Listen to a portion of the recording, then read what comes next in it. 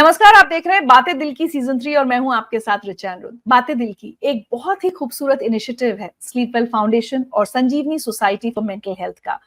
और ये इनिशिएटिव इसलिए शुरू किया गया है ताकि हम और आप जो भी हमारी धारणाएं हैं मेंटल हेल्थ को लेकर, या जो गलतफहमियां हमारे मन में है, या जो बातें हम समझ नहीं पाते, या जो बातें हम किसी से कह नहीं पाते, इन सारी बातों पर हम चर्चा करें, क्योंकि ये बातें दिल की है। और पिछले एपिसोड्स में हमने बात की कि अक्सर हम आजकल ये शब्द सुनते हैं कि अगर कोई व्यक्ति परेशान होता है तो उससे कहा जाता है तुम काउंसलिंग क्यों नहीं लेते। तो पिछले 2 एपिसोड्स में हमने समझने की कोशिश की कि काउंसलिंग क्या होती है, कब और क्यों हमें काउंसलिंग की जरूरत होती है, और कैसे हमें समझ में आना चाहिए कि हमारी जिंदगी में कुछ ऐसी प्रॉब्लम्स हैं जिसकी वजह से हमें काउंसलर के पास जाना चाहिए। लेकिन किस काउंसलर के पास जाएं, कैसे एक अच्छा काउंसलर ढूंढें, क्या पहचान होती है एक अच्छे काउंसलर की, ये सारी बातें बताने के लिए आज मेरे साथ जुड़ रही हैं संजीवनी सोसाइटी फॉर मेंटल हेल्थ की वॉलंटियर काउंसलर राधिका लहरी चौहान। तो राधिका जी, जैसे आप जानती हैं कि पिछले 2 एपिसोड्स में हमने काउंसलिंग के बारे में बात की कि काउंसलिंग होती क्या है और कब और क्यों एक व्यक्ति को समझ में आना चाहिए कि वो अपनी प्रॉब्लम्स का खुद सोल्यूशन नहीं निकाल पा रहे हैं या उनको हैंडल नहीं कर पा रहे हैं और उन्हें काउंसलर की मदद लेनी चाहिए। लेकिन क्या होता है कि बहुत सारे लोगों के मन में ये सवाल आता है कि भाई किसके पास जाएं, एक अच्छा काउंसलर कहाँ मिलेगा। तो क्या पहचान होती है एक अच्छे काउंसलर की, एक अच्छे काउंसलर में क्या क्वालिटीज होनी जरूरी है? थोड़ा सा मैं शुरुआत करना चाहूंगी ये बोल के कि हमारे जीवन में काउंसलिंग की क्या रोल है। कहीं पे काउंसलिंग हम तब ढूंढते हैं जब कुछ ऐसे प्रॉब्लम से हम घिरे होते हैं, जैसे कि आप कह सकते हैं किसी की नौकरी छूट गई, किसी के कोई बहुत क्लोज पर्सन की डेथ हो गई, ब्रेकअप हो गया, कोई एडिक्शन हो गई या नशे की कोई लत लग गई, कभी तनाव हो गया। अलग अलग कारण होते हैं और इस वक्त अपने जो फैमिली मेंबर्स है उनसे ना बात करके काउंसलर से बात करने के बारे में सोचते हैं। शायद कारण ये है कि काउंसलर एक वो व्यक्ति है जो शायद हमें जज नहीं करेगा या हमारा मजाक नहीं उड़ाएगा। तो इस वक्त जरूरी है जब हम इतने भरे हुए हैं और बाहर ऐसे किसी जन से बात कर रहे हैं जिसको हम जानते नहीं हैं, तो सबसे जरूरी है कि उसके और हमारे बीच में एक इमोशनल कनेक्ट, जो बोलते हैं ना, एक भावनात्मक एक संबंध बने। इसी से वो एक भरोसे का भी एक रिलेशनशिप बनता है। धीरे धीरे जो व्यक्ति है वो खुलता है और बातचीत आगे बढ़ती है।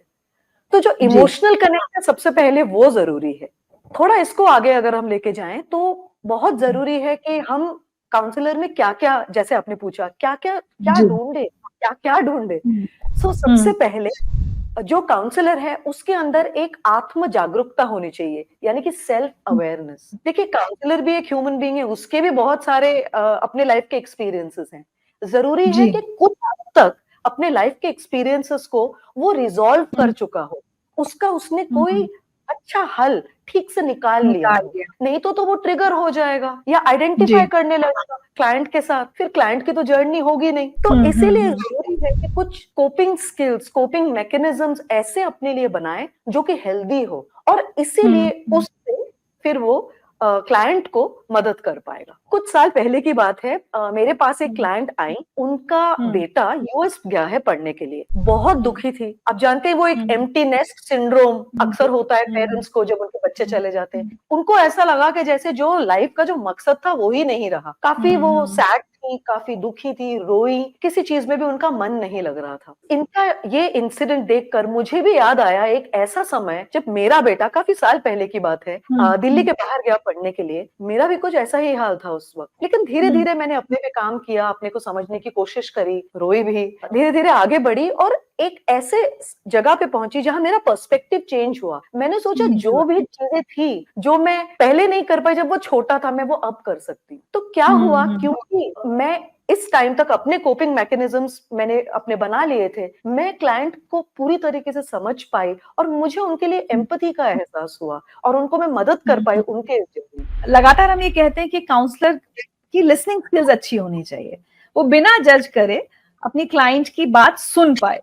लेकिन मेरे मन में एक सवाल आता है कि क्या काउंसलर को सिर्फ एक अच्छा लिसनर होना चाहिए, या अगर हम ओवरऑल कम्युनिकेशन स्किल्स की बात करें तो क्या आप कह रहे हैं अपने क्लाइंट से वो भी कितना इंपॉर्टेंट है, आप सही ढंग से कह पा रहे हैं नहीं अपनी बात, या जो भी आप काउंसलिंग देना चाहते हैं उसको अगर आप ठीक से कम्युनिकेट नहीं कर पाएंगे तो आपके अंदर चाहे लाख अच्छी क्वालिटीज हो काउंसलर होने की, लेकिन आप उसको कम्युनिकेट नहीं कर पाए। आपका क्या मानना है, हाउ इम्पोर्टेंट is this मतलब communication skills for to be a good counselor? जब हम कम्युनिकेशन काउंसलिंग में कहते हैं ना रिचा, इसका ना दो मीनिंग होता है। एक है एक्टिव लिसनिंग, यानी सुनना, और सुनने का मतलब ये नहीं है कि सिर्फ सुनिए जो बोला जा रहा है, लेकिन वो भी सुने जो शायद ना बोला जा रहा है। जैसे नॉन वर्बल क्लूज बोलते हैं ना, छोटे छोटे एक्सप्रेशंस। तो मुझे याद है कुछ साल पहले मेरे पास एक क्लाइंट आई थी, वो एक काफी दुखद एक अपनी इंसिडेंट के बारे में, एक हादसे के बारे में बात कर रही थी, लेकिन उनके मुंह पे एक हल्की सी स्माइल थी। तो जब हम आगे बढ़े तो हमने इसके बारे में भी बात करी कि उनको क्या हो रहा था उस वक्त। तो कहीं पे coming back to it, active listening बहुत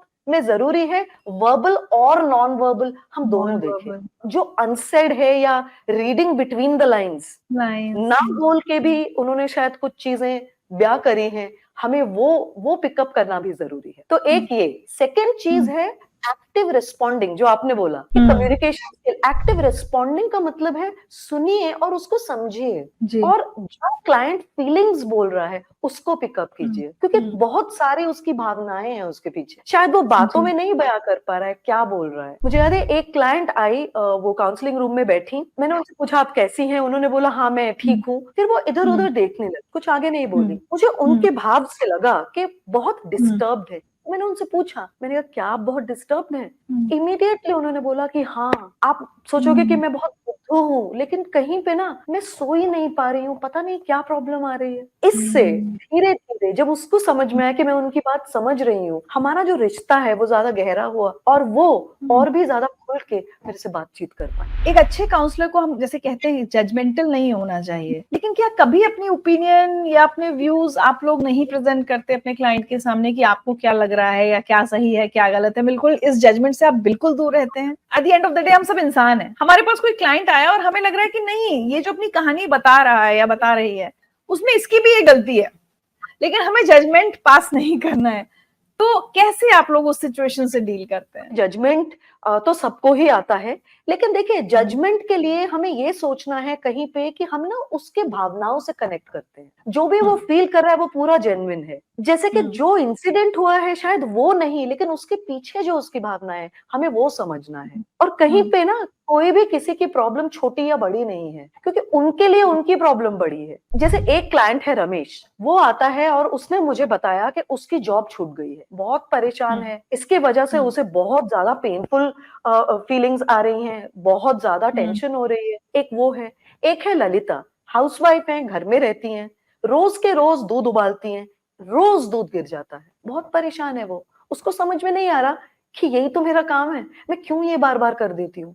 इस चीज से वो भी परेशान है। एक और क्लाइंट है करण, मेरे पास आया, यंग लड़का था। उसने मुझे बोला कि एक्चुअली ना मैं लड़का नहीं हूँ, मैं आइडेंटिफाई नहीं करता हूँ बीइंग अ मैन।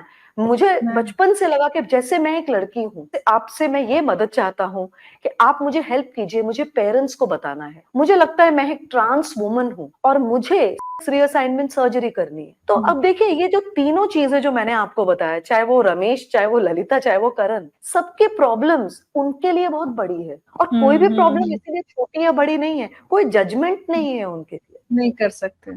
तो जब बिना जजमेंट के क्लाइंट को पूरी तरीके से स्वीकार करते हैं, तो कहीं पे क्लाइंट भी अपने आप को समझता है कि ये वो उस जगह है जहां पे उसे एक्सेप्ट किया जा रहा है, और यही चीज हेल्प करती है काउंसलिंग के दौरान उसे खुलने में, और शायद आगे जाके अलग पर्सपेक्टिव से अपने सिचुएशन को देखने के लिए। लोगों को लगता है कि हम अपनी प्रॉब्लम अपनी फैमिली से या फ्रेंड से तो फिर भी शेयर कर सकते हैं, एक अनजान व्यक्ति, एक काउंसलर जिसको मैं जानती नहीं, क्या पता वो किसी और को बता दे कि ये आई थी मेरे पास या ये आया था, और and what if they share my story with someone else. तो वो कॉन्फिडेंशियलिटी और ट्रस्ट इशू बहुत ज्यादा होता है लोगों में काउंसलर को लेकर। बिल्कुल बिल्कुल, बहुत ही सही बात बोली आपने। ये जो डर है बहुत नेचुरल है, क्योंकि एक मन की इतनी गहरी बात शायद किसी को ना भी बताया हो, वो भी वो बात बहुत डार्क हो सकती है, बहुत डार्क सीक्रेट्स हो सकते हैं किसी की लाइफ के। एब्सोल्युटली, बहुत डार्क हो सकती है। कहते हैं काउंसलिंग में ना सबसे पहला कदम है, हम इंट्रोडक्टरी सेशन में ही इस बारे में बात करते हैं, कहीं पे कॉन्फिडेंशियलिटी यानी गोपनीयता कितनी ज्यादा जरूरी है। सिर्फ कॉन्फिडेंशियलिटी से ही दूसरे जो क्लाइंट है उसको काउंसलर पे भरोसा आता है। सबसे पहले है कॉन्फिडेंशियलिटी फिर है भरोसा। भरोसा आएगा, कॉन्फिडेंशियल रहेगा, तभी तो वो खुल के बात कर पाएगा अपने बारे में। एक क्लाइंट आए मेरे पास, उनका जो प्रेजेंटिंग प्रॉब्लम था, जो वो प्रॉब्लम लेके आए, उन्होंने बोला कि उनके पार्टनर के साथ उनके बहुत इश्यूज हैं, मैरिटल इश्यूज हैं। तो हमने 2-3 सेशंस उस बारे में बात करी। उसके बाद तीसरे चौथे सेशन में वो आके बैठे और एकदम चुप थे काफी देर। तो मैंने उनसे पूछा, मैंने कहा क्या हुआ, कोई बात है, जो भी आपके मन में है आप बात कर सकते हैं। फिर उन्होंने थोड़ा रुक के मुझे बोला कि जो भी मैं आपको अभी बताऊंगा आप तक ही रहेगी ना बात, कॉन्फिडेंशियल रहेगी, राइट? तो मैंने बोला हाँ। फिर मैंने उनको रिमाइंड किया कि आपको याद है जब हम शुरू में बात करने लगे थे, मैंने सबसे पहले आपको यही बोला था। तो उन्होंने कहा हाँ बिल्कुल। फिर उन्होंने बताया कि शायद कुछ 12 साल के थे और स्कूल में उनके साथ एक इंसिडेंट हुआ। उनके जो फिजिकल एजुकेशन के जो टीचर थे, उन्होंने उनके साथ किया। ये बात एक छोटे से 12 साल के बच्चे के लिए बहुत बड़ी बात थी और सैडेस्ट पार्ट इज वो ये किसी से शेयर नहीं कर पाए। तो जब उन्होंने इस बारे में बात किया, मैंने उनको अपने मन से थैंक यू किया और उनको ये बोला कि थैंक यू, आपने मुझे ट्रस्ट किया और शायद इससे हम और आगे बढ़ पाए और मुझे भी समझ आ पाए कि आपके साथ क्या गुजरी है और शायद मदद करने में भी मदद हो पाए। एक और टर्म है काउंसलिंग में, अनकंडीशनल पॉजिटिव रिगार्ड। ये क्या होता है, थोड़ा समझाइए हमें। अनकंडीशनल पॉजिटिव रिगार्ड का मतलब है बिना किसी शर्त के जो आगे वाला जो व्यक्ति है हम उसे स्वीकार करते, यानी कि चाहे वो उसकी राय कुछ भी हो, चाहे वो कहीं से भी हो, कैसा भी हो, लेकिन उसके लिए हमारे मन में इज्जत है और हम उसका मान और सम्मान करते हैं और हम पूरी उस पर भरोसा करते हैं एज अ काउंसलर। जब हम इस तरीके से उसके प्रति पूरी तरीके से अनकंडीशनल पॉजिटिव रिगार्ड रखते हैं, जो भी है हम उसको स्वीकार करते हैं उसकी बातों को, तो तब उसको भी एहसास होता है कि हाँ, यहाँ पे मेरी सुनवाई होगी, यहाँ पे मैं खुल सकता हूँ, मैं बोल सकता हूँ अपने बारे में। एक बार एक क्लाइंट मेरे पास आए और उन्होंने मुझे बताया कि उनके कोलीग के साथ एक्स्ट्रा मैरिटल अफेयर चल रहा है। वो मैरिड थे, उनके 2 बच्चे थे और वो जब आए तो वो काफी घबराए हुए थे, एक्चुअली काफी वरिड थे कि मेरे जॉब का क्या होगा। फिर उनको ये लग रहा था कि घर में पता चल जाए क्या होगा, इन लॉज को पता चलेगा, दूसरों को पता चलेगा। एक तरफ ये था, एक तरफ ये भी लग रहा था कि अगर जॉब छूट जाए तो घर कैसे चलेगा। अलग अलग किस्म के डर, अलग अलग किस्म का तनाव उनके अंदर चल रहा था। वो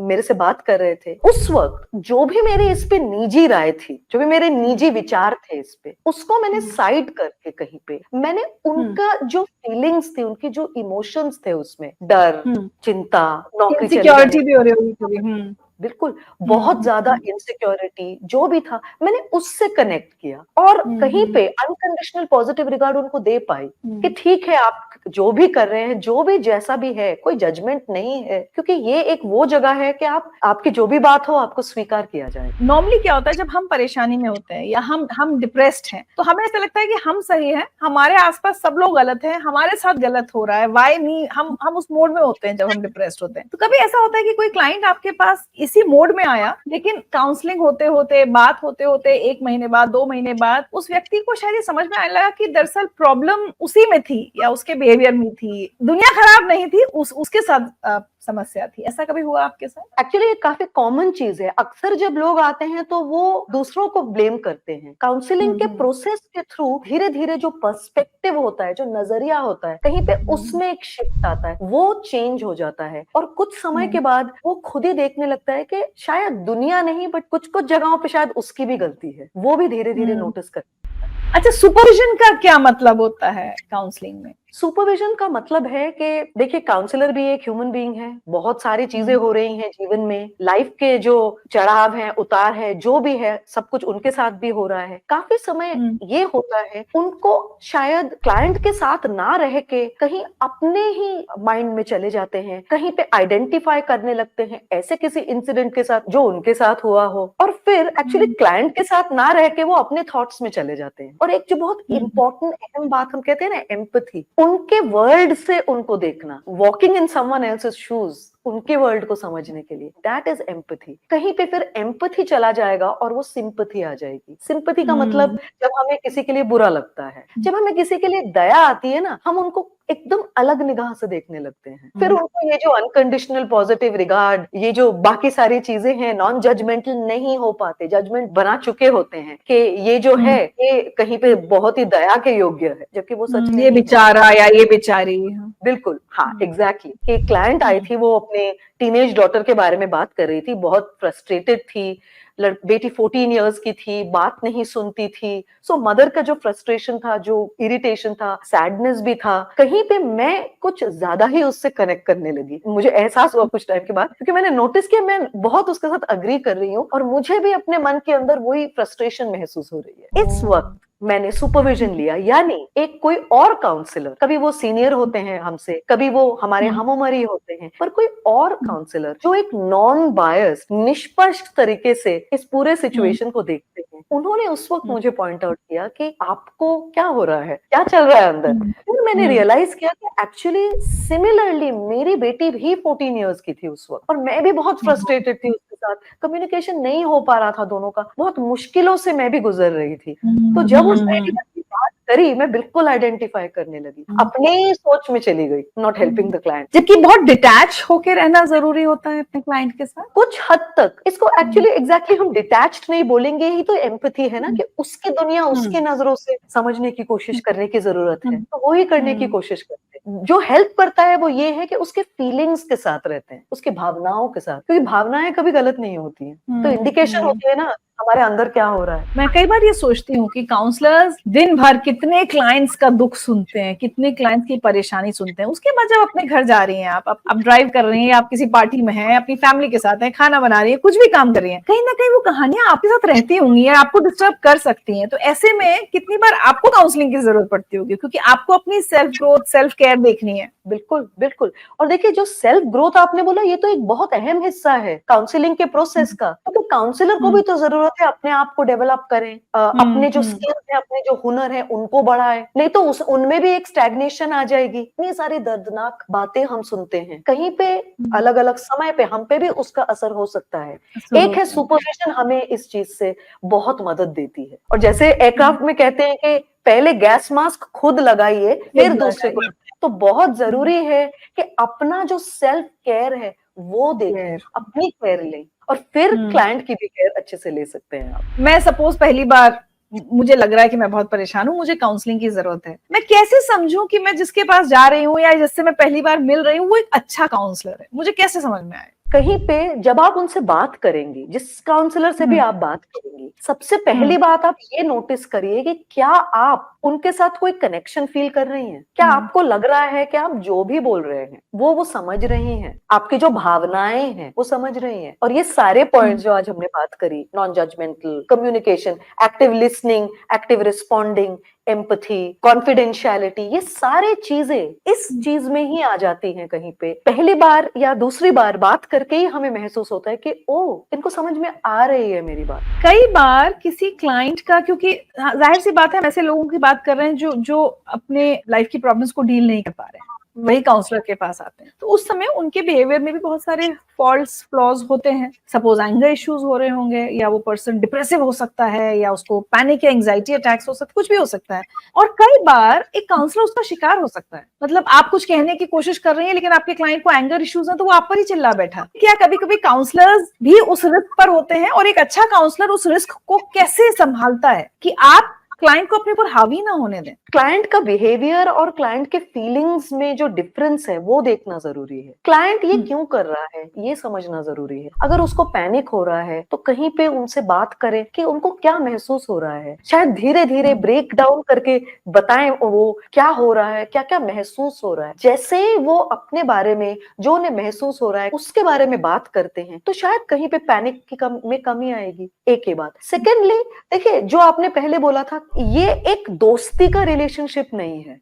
क्लाइंट और काउंसलर का जो रिलेशनशिप है डेफिनेटली इमोशनल रिलेशनशिप है, लेकिन जैसे हम अपने दोस्त से अफेक्ट हो जाते हैं, हम क्लाइंट से अफेक्ट नहीं होते, क्योंकि कहीं पे हम उनके लिए एम्पैथी रखते हैं, हम उनकी दुनिया को उनके नजर से देखने की कोशिश करते हैं और तभी उनको समझने की कोशिश करते हैं, तभी कहीं जजमेंट नहीं करते हैं, क्योंकि हम बस उनके एक्शंस को देखते हैं, उनके वर्ल्ड को समझते हैं उनके नजरिया से। तो चलते चलते राधिका जी, अगर हमारे जो व्यूअर्स हमारी ये कॉन्वर्सेशन सुन रहे हैं, उनमें से आई एम श्योर बहुत सारे ऐसे होंगे जिन्हें मदद की जरूरत तो होगी, लेकिन कोई ना कोई झिझक होगी, हेजिटेशन हेजिटेशन होगा या बहुत सारे सवाल होंगे काउंसलिंग को लेकर, काउंसलर को लेकर, जो उन्हें रोक रहे होंगे काउंसलिंग के लिए जाने के। ऐसे सभी लोगों को आप आज क्या मैसेज देकर जाना चाहेंगे? मैं ये बोलूंगी कि देखिए, कहीं पे ये एक बहुत ही ब्यूटीफुल जर्नी है, कहीं पे काउंसलर और क्लाइंट के बीच की जो ये जर्नी है, एक सफर है। इसके माध्यम से जो क्लाइंट है वो अपने आप को अच्छे से समझता है, और ये दोनों के लिए, दोनों ही ईच अदर से कुछ सीखते हैं और आगे बढ़ते हैं। दोनों के लिए एक एनरिचिंग जर्नी है। कोई भी अगर तकलीफ है जो आप दूसरों से नहीं बात कर पा रहे हैं, बहुत जरूरी है कि आप उसके लिए काउंसलिंग के बारे में सोचे और काउंसलर से बात करें। अक्सर ये जो सारी क्वालिटीज जो मैंने आपको बताई, ये अक्सर सब काउंसलर्स में होते हैं। एक या दो बार ये बात करके आप क्लियर हो जाएंगे कि आप उन पे भरोसा कर पा रहे हैं या नहीं। आप जो भी उनके साथ बात करेंगे वो गोपनीय रहता है, और पूरी तरीके से उनके साथ खुल के आप बात कर सकेंगे, और कहीं पे इससे आपके जीवन में बहुत फर्क पड़ेगा, और एक्चुअली आपके आसपास में भी इससे बहुत चेंज होगा और आपकी लाइफ बेटर होगी इससे। तो प्लीज हेजिटेट मत कीजिए। बहुत इंपॉर्टेंट बात राधिका जी ने कही, क्योंकि हम में से बहुत सारे लोग, कई बार मुझे महसूस होता है कि अगर थोड़ा सही समय पर काउंसलिंग ले लें तो आगे जितनी और मेंटल हेल्थ इश्यूज उनके जिंदगी में आ जाते हैं वो शायद ना आए, अगर बहुत जल्दी वो अपना ट्रीटमेंट या अपनी केयर शुरू कर दें। तो जैसा कि राधिका जी ने हमें बताया कि बहुत सारी क्वालिटीज और ज्यादातर सब काउंसलर्स में होती हैं। कई बार हमें ये ट्रस्ट इश्यूज होते हैं, उनको साइड में रखिए, और अगर लगता है कि अपने दिल की बात किसी और से नहीं कह सकते, बातें दिल की, तो उन्हें शेयर करने किसी ना किसी काउंसलर के पास जरूर जाइए, क्योंकि यकीन जानिए बहुत सारे आगे आपके साथ ऐसे मेंटल हेल्थ इश्यूज जो बड़े हो सकते हैं उनको आप बहुत अर्ली स्टेज में ठीक कर सकते हैं सही काउंसलिंग के जरिए। बहुत सारी गलतफहमियां, बिलीफ्स और मिथ्स हैं काउंसलिंग को लेकर, उस पर हम अगले एपिसोड में जरूर चर्चा करेंगे। लेकिन आज हमारे से जुड़ने के लिए और हमें इतनी इंपॉर्टेंट इन्फॉर्मेशन देने के लिए बहुत बहुत शुक्रिया राधिका जी। बहुत बहुत धन्यवाद।